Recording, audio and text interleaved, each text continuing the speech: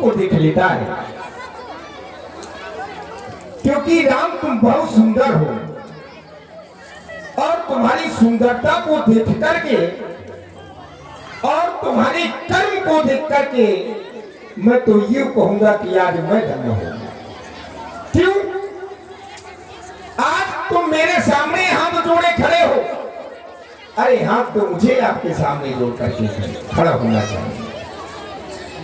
तुम कहते हो कि तुम धन्य हो गए और सदानंद कहता है कि मैं धन्य हो गया। क्यों? क्योंकि कुछ समय पूर्व एक एहसान नहीं है तुम्हारा मेरे ऊपर, तुमने तो मेरे जीवन को सार्थक कर दिया राम। अभी तक मैं इस संसार में था, लेकिन मेरे जीवन का कोई मूल्य नहीं था, लेकिन आज तुम्हारे दर्शन को पा करके, तुम्हारे कर्म को करने से आज सदानंद सार्थक हो गया, सदानंद का ये जीवन सार्थक हो गया। कुछ समय पूर्व पहला एहसान, पहली कृपा तुम्हारी, हमारी माँ अहिल्या का आपके श्री चरणों की रज से उद्धार हुआ है। तो आप मेरी माँ के पूजनीय हुए, और जब आप मेरी माँ के पूजनीय तो सदानंद के लिए तो आप परम पूजनीय हो गए, धन्य तो मैं हो गया। दूसरी बात, जिस समय मेरी माँ को मेरे पिता ने श्राप दिया था, गौतम ऋषि ने जो मेरे पिता है, मेरी माँ को जिस समय श्राप दिया था तो मुझे भी श्राप दिया था। बोले सदानंद तुमने अपनी माँ का साथ दिया है, इसीलिए मैं तुम्हें श्राप देता हूं कि इस संसार में तुम्हारी कोई पूजा नहीं करेगा, तुम्हारी कोई वंदना नहीं करेगा। मैंने पिताजी से कहा कि हे पिताजी, मैं तो ब्राह्मण हूं और ब्राह्मण को संसार के में पूजनीय होते हैं, और आपने कैसा ही श्राप दिया, मेरी पूजा कब होगी? बोले तुम्हारी पूजा तो होगी, लेकिन जो पूजा करेगा उसको फल प्राप्त नहीं होगा। अगर तुम किसी को आशीर्वाद भी दोगे तो तुम्हारा आशीर्वाद किसी को लगेगा नहीं। मन का कब से होगी? बोले त्रेता के चौथे चरण में जब राम आकर के तुम्हारी वंदना करेंगे, जब से तुम्हारी पूजा तुम बंदनी हो जाओगे। और आज देख लो दुनिया वालों, यही तो राम है।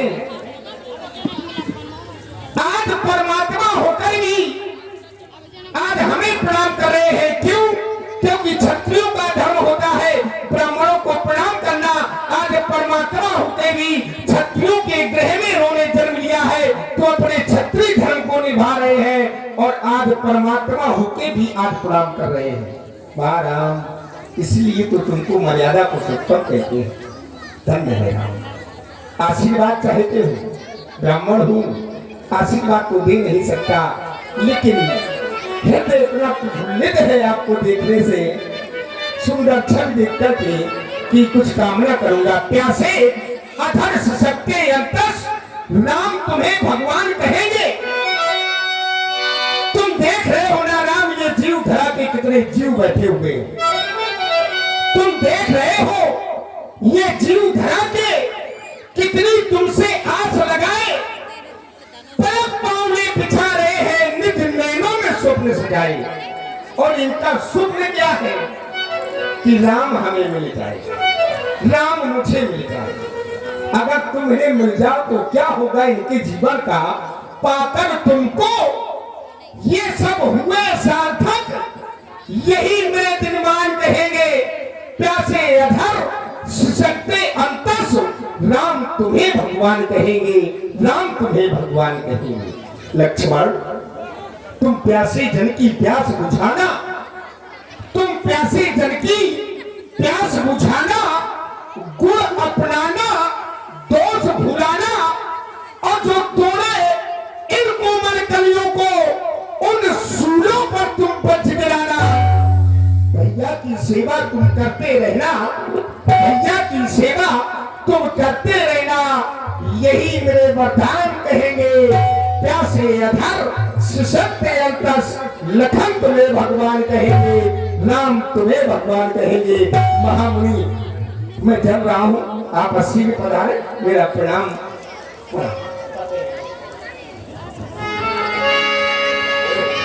सतानंद पदबंद प्रभु बैठे कहीं जाई चलहु तात मुनि कहूँ तब पठवा जनके बुला। जनक बुला, इसलिए विलंब नहीं करना चाहिए, चलना चाहिए उस ओर जहाँ से बुलावा आया है। श्री स्वयंवर देखी जाई, चल करके सीता के स्वयंवर को अवलोकन करना होगा। और आज हमें यह भी देखना होगा उस रंग अमन के मध्य में ईश दाई हुई किसे बड़ाई का पात्र बना रहा है। लेकिन लक्ष्मण तुम कुछ कहना चाहते हो, कहो कहो। आज हम सुनना भी चाहते हैं, तो तुम्हारे हृदय के उद्गार क्या है, कहो ना। लखन कहा जैसे बाजन सोई नाथ कृपा पूरा खुद श्री गुरुदेव आपने बतलाया पठवा जनक बुला, बुलाने का कारण ही आपने बतलाया। सीए स्वयंवर देखी जाई और इस गात हो गई बड़ाई। चल करके सीता का स्वयंवर देखा जाए और देखा जाए कुछ सीता स्वयंवर के अंतर्गत वो परमात्मा बड़ाई से प्रदान करते हैं। लेकिन जहां तक मेरा विश्वास है कुछ सीता स्वयंवर में वो परमात्मा कृपा करे अथवा ना करे, वहां पर जिसके ऊपर आपकी कृपा हो जाएगी वही बड़ाई का पात्र होगा। क्यों? क्योंकि वहां पर प्रतियोगिता हो रही है और युद्ध क्षेत्र में जब भी कोई व्यक्ति विजय से प्राप्त की कामना से जाता है गुरुदेव, केवल एक कार्य कर ले, विजय से उसके कर्म चूमेगी। कवच अभय विप्र गुरु पूजा, तो मेरा विश्वास कहता है यही सम विजय उपाय न सहारा चरणों का।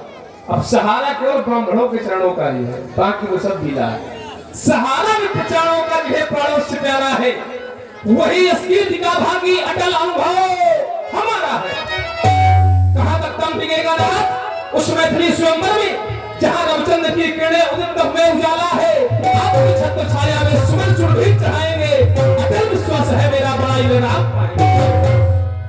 हर्षे मुनि सब सुन बरबानी दीन आशीष सब ही सुख मानी।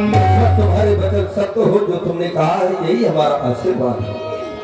पुनि मुनि वृंद समेत कृपाला देखन चले धनुष बत्रीसाला। अब यहां से भगवान श्री राम लक्ष्मण जी और माता विश्वामित्र के जितने शिष्य हैं सब